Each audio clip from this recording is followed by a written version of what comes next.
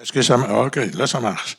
Euh, de fait, c'est juste pour vous dire un peu, parce que on est en train de connaître un moment quand même historique. Il y a plein de gens qui m'ont demandé, mais comment est-ce qu'on a fait pour arriver à ce point-là? Et puis, ça, cette question-là m'avait été posée par les DG des 15 autres réseaux de santé du Canada à la Société Santé en français et par plein de gens, évidemment, dans la communauté francophone de l'Alberta. Alors, j'ai pensé de faire un retour en arrière pour voir qu'est-ce qu'on a fait qui, finalement, nous a placés où on est aujourd'hui pour recevoir cette bonne nouvelle. Moi, je vais commencer par vous dire que ça retourne à 2018 quand on a rencontré la présidente, de fait, à ce moment-là, Dr. Verna Yu, qui, elle, était présidente de Alberta Health Services. Et puis, elle avait organisé à Calgary, de fait, une réception spéciale pour célébrer le 10e anniversaire de la centralisation des services de santé en Alberta. Imaginez-vous, la centralisation des services de santé en Alberta. Et aujourd'hui, qu'est-ce qu'on annonce? C'est que le gouvernement d'Alberta est en train de décentraliser les services de santé en français. Alors, Dr. Yu était là. Et quand j'ai su ça, j'ai téléphoné à Céline, qui était à ce moment-là, ça faisait pas longtemps qu'elle était agente du réseau santé ici à Calgary. J'ai dit, moi, je peux pas y aller. Mais toi, tu es là, apporte avec toi un dossier. On a préparé un dossier pour la Dr. Yu. Et j'ai dit, après qu'elle a terminé sa présentation et répond aux questions, s'il te plaît, va jaser avec elle, offre-y le dossier, dis-y bonjour de notre part, etc. Et Céline, c'est ce qu'elle a fait. Et après avoir passé une dizaine de minutes avec la Dr. Yu, Dr. Yu a pris le dossier et l'a donné au docteur François Bélanger, qui à ce moment-là était vice-président, responsable des qualités de service chez les médecins de l'Alberta. Alors, elle a dit au docteur François Bélanger, rencontrez ce groupe-là.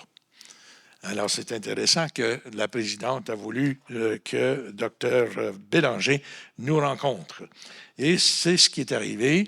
C'est à peu près 7-8 mois plus tard, à 2 août, effectivement. Et à ce moment-là, j'ai pensé, je pourrais aller rencontrer le docteur Bélanger seul. Mais d'un autre côté, la santé, c'est l'affaire de tout le monde. Et aussi, ça serait important de faire connaître au docteur Bélanger qui est la communauté, qui représente la communauté. Il n'y a pas juste le réseau de santé. Alors, j'ai amené avec moi le président de la CFA, qui à ce moment-là était Marc Arnal, le doyen du campus Saint-Jean, Pierre-Yves Moquet, et le docteur Louki, qui encore aujourd'hui est le directeur général du Centre de bien-être et de prévention des maladies chez les immigrants, le CEBEP. Et là, c'est parce que nous travaillons aussi, nous autres, dans le domaine de la santé, auprès de 5 secteurs. Les décideurs politiques, c'est-à-dire les politiciens, parce qu'il faut que quelqu'un prenne des décisions, autrement il n'y a rien qui marche. On travaille aussi avec les gestionnaires de la santé. Alors, Mme Simon, c'est une gestionnaire. On travaille aussi, évidemment, avec les gens qui sont à l'emploi d'Alberta Health Services.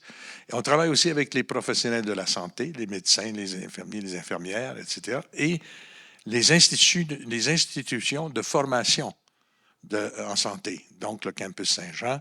Et c'est pour ça qu'on avait invité le campus Saint-Jean. Et, pas le moindre, évidemment, les communautés francophones. Et je dis les communautés francophones parce que, effectivement, on est multiculturel dans notre francophonie. On a les gens qui, comme moi, sont issus des pionniers qui sont arrivés au début du siècle, 1905, 1904, ou même avant. Et on est aussi un groupe qui vient de d'autres provinces. Alors, le Québec, le Nouveau-Brunswick, et on a les immigrants qui, depuis le tournant du siècle, les années 90, 2000, deviennent de plus en plus nombreux. Alors, on représente tout ce monde-là.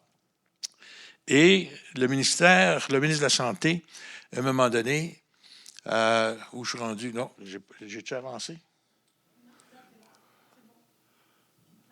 OK. OK.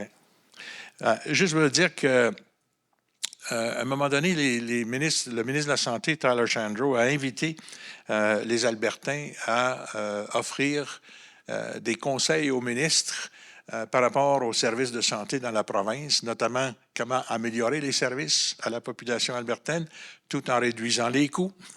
Une grosse commande.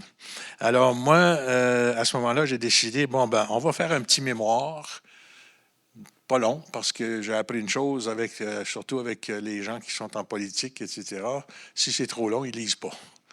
Alors, il ne faut pas aller trop long. J'ai fait un petit mémoire de 4 pages avec 7 recommandations que j'ai envoyées au ministère en réponse à cette invitation du ministre. Et la première réponse que j'ai eue, c'est « Merci, on a reçu votre mémoire. Sachez que les informations que vous soumettez seront remises au comité, parce qu'ils avaient créé un comité pour étudier toutes ces réponses-là, mais que ça serait un résumé de ce que vous avez envoyé, et on ne nomme pas la source, parce qu'on ne voudrait surtout pas que le comité soit biaisé. » Alors, bon, ben j'ai dit « OK, c'est ça, c'est ça. » 2 semaines plus tard, on reçoit un deuxième courriel qui dit « Avec votre permission, on aimerait soumettre votre dossier au complet au comité et en plus, on aimerait nommer la source. » Ben, j'ai dit « C'est ça que je voulais au début. » Oui, on est d'accord. Alors, c'est ce qui a fait que quand on a rencontré en personne le 30 mars le ministre Tyler Shandro, on a pu parler de notre communauté et de nos recommandations. Et on a fait ça dans à peu près 45 minutes, puis normalement, on a juste 30 minutes avec le ministre. On a aussi rencontré durant le mois de mars, et ça, c'est grâce à des initiatives mises de l'avant par la CFA provinciale, qui a décidé à un moment donné que ce serait le temps que nos communautés rencontrent les ministres qui sont responsables des dossiers particuliers. Alors, le ministre de l'Éducation rencontrerait les conseils scolaires, la santé, le réseau santé, la CFA rencontrerait plein d'autres ministres, la culture, etc. Alors, c'est ce qu'on a fait. Donc, le réseau santé a réussi à rencontrer le ministre Shandro, 30 mars 21, et ensuite Jason Copping, dernièrement, de fait, le 9 mars 2023. Il y a eu une période de 2 ans là, à cause de la COVID où on n'a pas eu de rencontre. On a rencontré plusieurs autres personnes, députés, Dan Williams, qui est maintenant ministre de la Santé mentale, et M. Williams est bien connu dans la communauté francophone de Rivière-la-Paix. Il parle français. C'est comme Mme Simons, un anglophone qui a appris le français. Alors, c'est ce qu'on a fait à travers les mois de mars pour rencontrer ces gens-là. Il est arrivé aussi autre chose. On a eu l'opportunité de rencontrer M. Andy Ridge, qui était à ce moment-là sous-ministre adjoint, le poste qu'occupe Mme Simons aujourd'hui. Alors, c'était à l'occasion du lancement de ce qu'on appelle le TAO TELAIDE. Et TAO TELAIDE, simplement, c'est une ligne téléphonique ouverte 24 heures sur 24, 7 jours par semaine, et qui répond en français. Et c'est une ligne qu'on appelle empathique. Empathique dans le sens que c'est là pour écouter, pour bien entendre la personne qui appelle. Et la personne qui appelle traverse un moment difficile. C'est peut-être même juste de la solitude ou un problème avec, je sais pas moi, avec son épouse, ou un problème de santé mentale, ou n'importe quoi, que la personne ne peut pas partager peut-être avec les siens et n'a pas accès non plus à des professionnels de la santé près de chez eux. Donc, la ligne empathique permet à cette personne-là de se vider le cœur, si on veut, à une personne qui a subi un entraînement vers l'écoute empathique et qui a aussi accès à des informations pour répondre aux besoins de l'individu dans sa province. Alors, cette ligne-là, ouverte 24 heures sur 24, on l'a lancée le 5 mai 2022 et on avait invité le ministre de la Santé qui ne pouvait pas venir et on a accepté ce monsieur Andy Ridge, sous-ministre adjoint, qui est venu à cette ouverture-là. Et c'est devenu un de nos meilleurs amis qui a fait beaucoup de belles recommandations pour le réseau de santé, pour la communauté francophone.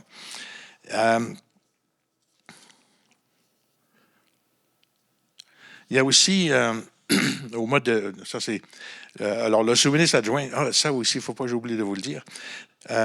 J'ai pris cette occasion-là parce que M. Ridge était là pour l'ouverture. Puis le lancement avait eu lieu à la Cité francophone à Edmonton.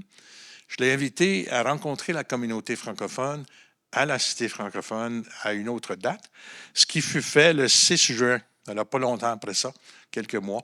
Et on a rencontré, M. Ridge est venu avec sa directrice, et on a fait rencontrer une dizaine d'organismes francophones, dont la CFA, évidemment, la Fédération des aînés, les jeunesses, la GIFAS, les juristes, le RIFA, la Clinique Saint-Thomas. Alors, on a fait le tour de la table pour dire à M. Ridge qui on était, quelles étaient ces organisations-là, quel était leur mandat et leur travail. Alors, à la fin de la rencontre, il dit, je ne savais pas. Il dit, vous avez ouvert mes yeux. On ne savait pas que la communauté était si bien organisée et si intéressante au niveau de ses activités. Ensuite, des courriels. Ça, c'est important dans le monde dans lequel on vit parce que les courriels, des fois, grâce à la technologie moderne, ça nous permet de dire des choses rapidement. Et comme je vous disais tout à l'heure, il ne faut pas que ça soit trop long parce que les gens ne lisent pas si c'est trop long. Alors, en février 2023, vous vous en souvenez peut-être, les premiers ministres de toutes les provinces et territoires se sont retrouvés à Ottawa pour parler à M. Trudeau pour dire qu'on a besoin de plus d'argent pour la santé. M. Trudeau a dit, voici 42 milliards de plus. Je sais que vous en demandez beaucoup plus que ça, mais il y a 42 milliards de plus pour la santé en général à travers le Canada. Ce qu'on sait, évidemment, c'est que la loi nationale de la santé est claire. Tous les Canadiens et Canadiennes ont droit à des services de santé de qualité sans que ça leur coûte quelque chose. Ça, c'est la loi nationale. Par contre, la gestion et l'administration des services de santé est une juridiction provinciale. Et pour y arriver, ce que le fédéral fait, c'est un transfert de fonds vers les provinces. Et c'est des milliards de dollars. Dans chacune des provinces, la santé est le plus gros morceau, si on veut, de la tarte budgétaire d'une province. Alors, mais ça, c'est au niveau de la gestion, l'administration de la santé en général. Pendant qu'ils étaient là, ils ont fait autre chose, mais la raison pour ça, je ne peux pas dire que c'est exactement ça. Mais j'ai écrit un petit courriel, pas long, à M. Andy Ridge, qui à ce moment-là était encore le sous-ministre adjoint. Puis je vais vous le lire, je l'ai fait seulement qu'en anglais, évidemment, parce que lui ne parlait pas français. Puis là, j'ai dit, according to the latest news, the premiers will be meeting with the Prime Minister on February 7th.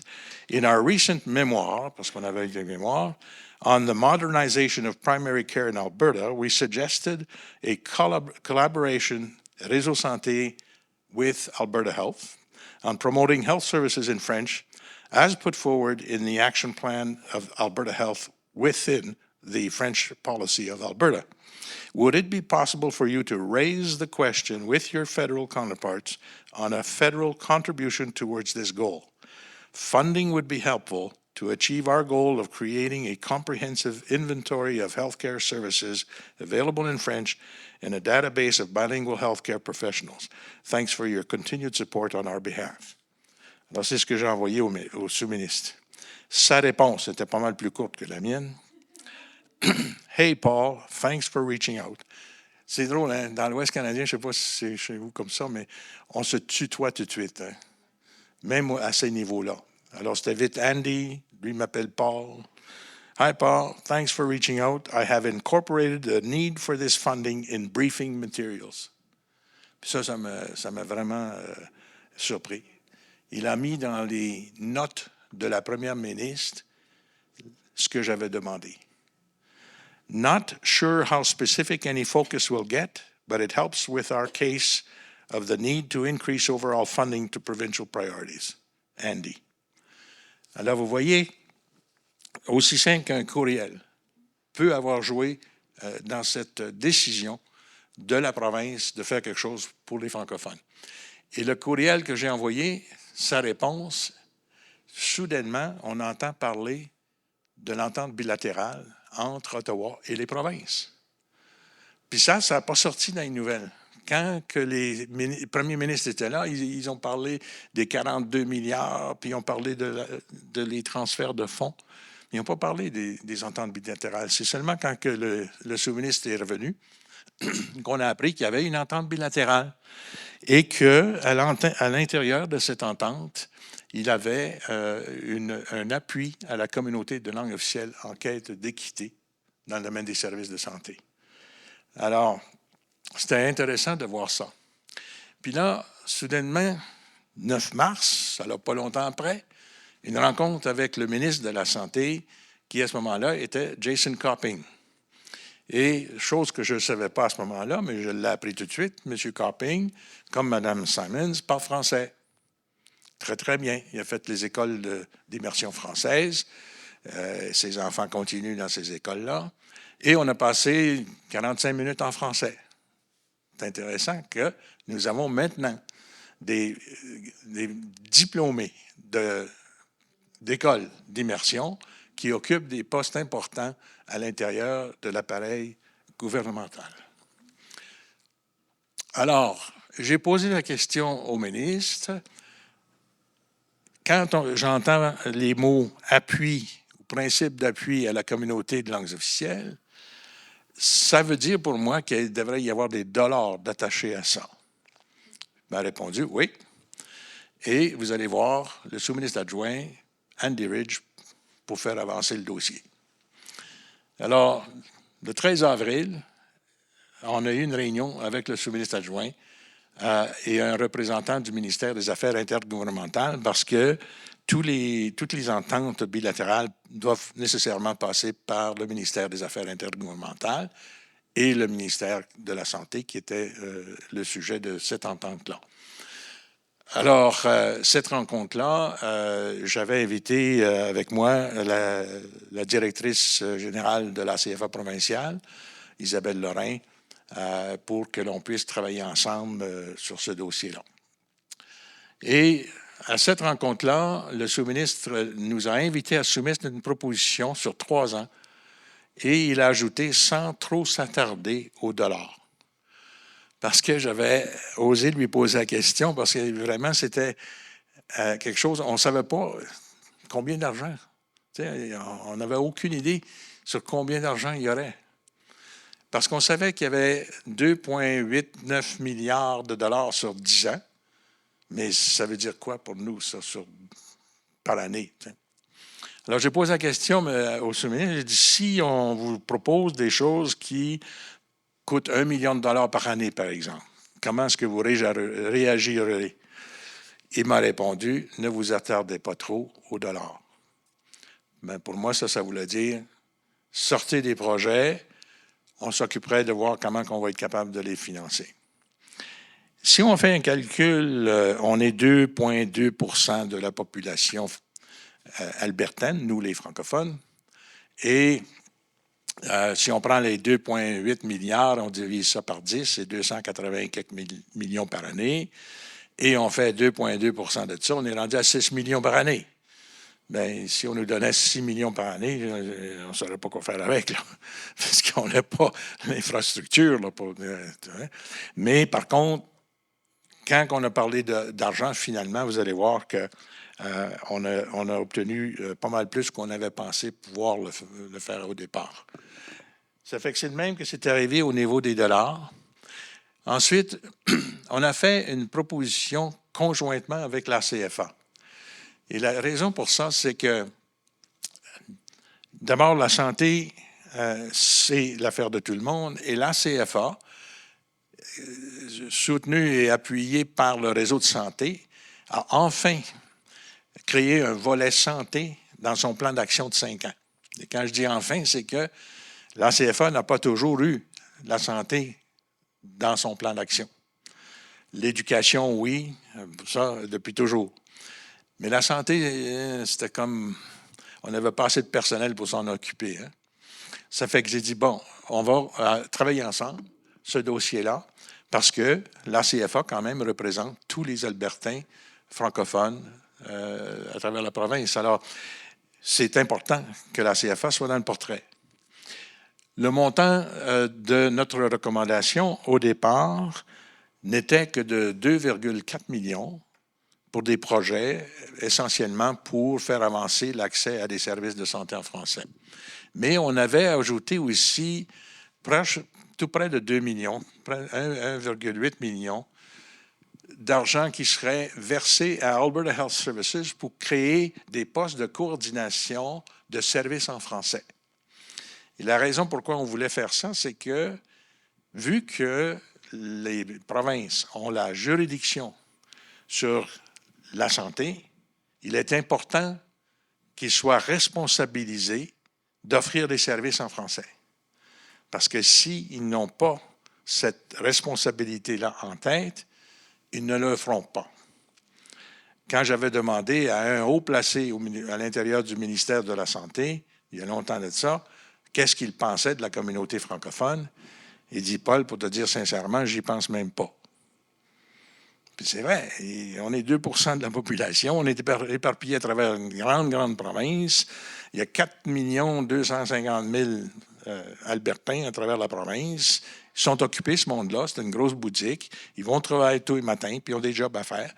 Ils ne pensent pas nécessairement à nous. Alors, nous, on avait pensé, si on crée des postes bilingues à l'intérieur du ministère et à l'intérieur d'Alberta Health Services, ils vont être obligés de s'en occuper.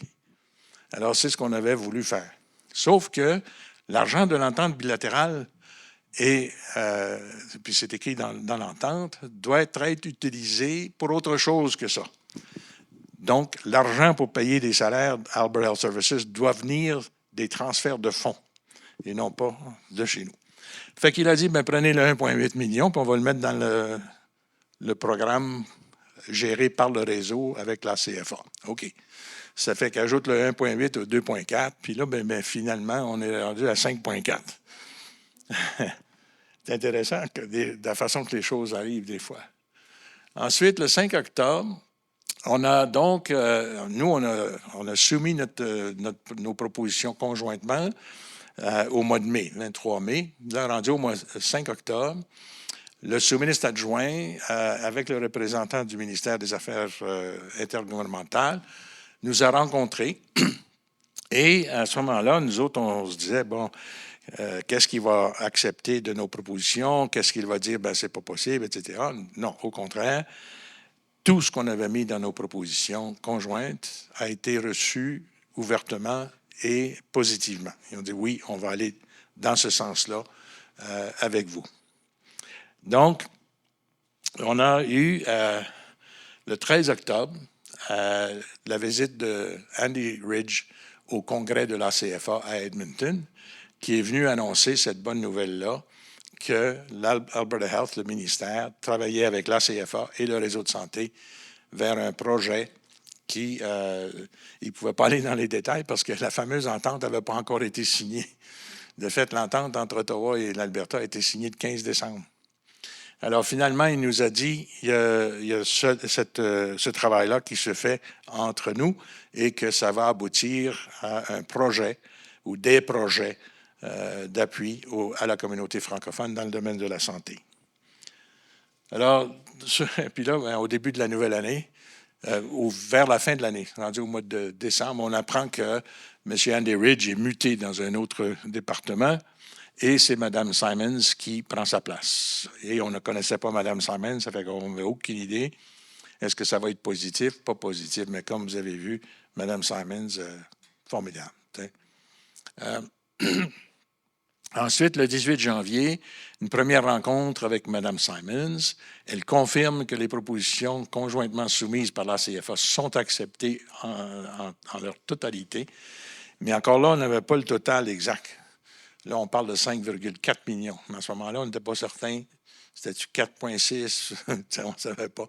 Alors, finalement, c'était 5,4. Et là, nous passons à l'étape contrat. Le contrat entre nous n'est pas encore signé. Il va l'être prochainement. C'est parce que l'appareil gouvernemental, à un moment donné, ça marche un petit peu plus lentement qu'on souhaiterait. Mais tous les contrats d'1 million et plus doivent passer par le côté légal du gouvernement. Alors, les avocats sont là pour voir si tout est correct. Hein. C'est bien correct, on veut que ça soit accepté légalement pour ne pas avoir de problème plus tard. Alors, c'est où c'est rendu. Le projet est accepté. Finalement, il va y avoir un contrat. Le contrat sera signé. Il va y avoir 2 contrats, un avec la CFA provinciale et un autre avec le réseau de santé. Celui qui est signé par la CFA provinciale, c'est que dans notre proposition, on crée un poste à la CFA provinciale. Alors, pour ce poste-là, il y a une entente entre la CFA et le ministère de la Santé. Alors, il y a à peu près 140 000 $ qui vont aller à la CFA pour ce poste-là et pour des déplacements, puis un bureau, puis tout ça. Ensuite, le reste du 5,4 millions, ça sera l'entente signée par le réseau de santé et le ministère de la Santé, aussitôt qu'on peut. 5,4 millions.